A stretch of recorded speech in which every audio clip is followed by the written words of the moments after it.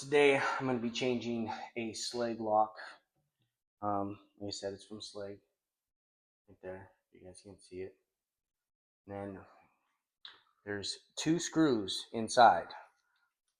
You want to take off that small screw that's holding in that part, but you're going to pull this guy out. Then what you want to do is there's a nice little pin right there. You need to press down. And what I do is I grab this little tool, has a little notch on it, and I push it down far enough, and then if I move this bar over, I can actually pin that down, and then I can unscrew it. So you see how I've now pinned that pin down, and I can now unscrew that part. The deadbolt ones are the hardest. You get it, okay? Want to make sure you do this nice and slow, because this pin that's right here has a spring. So you take it out, has a spring inside.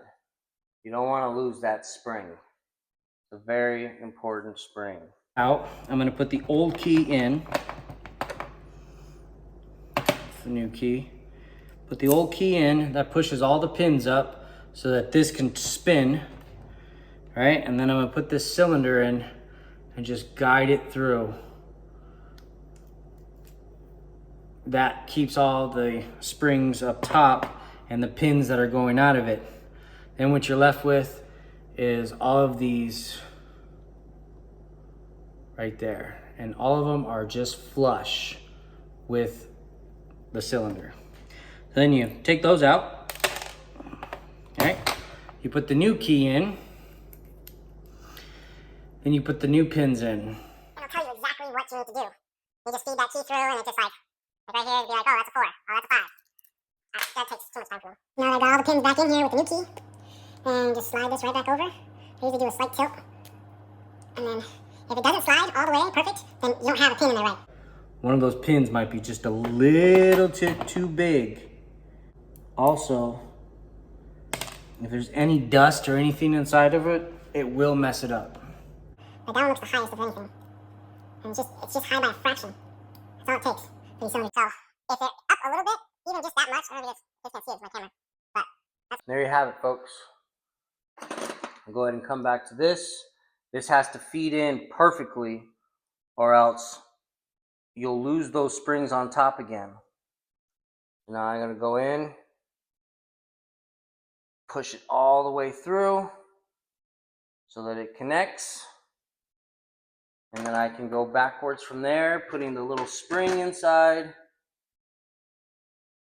Putting a little pin inside. Grabbing this guy, making sure I don't drop anything. Like I just did. Like, I'm in a nice little area where I can catch everything too. So, there's a little lock washer in there. Gotta put that in there like that. Grab that thing. Screw it back in. Should be able to. Gotta make sure that pin locks in there. If it doesn't lock in, then you either overscrewed or underscrewed. Now that my pin is locked in, okay, I should be able to turn this nice and freely. Boom. Take the key back out. Oh, there we go. Key's out. Alright, now I can throw this back in. Boom, just like that. Put that screw back in to hold it all in place. Patience is the key when it comes to this. If you don't have patience, you're going to get upset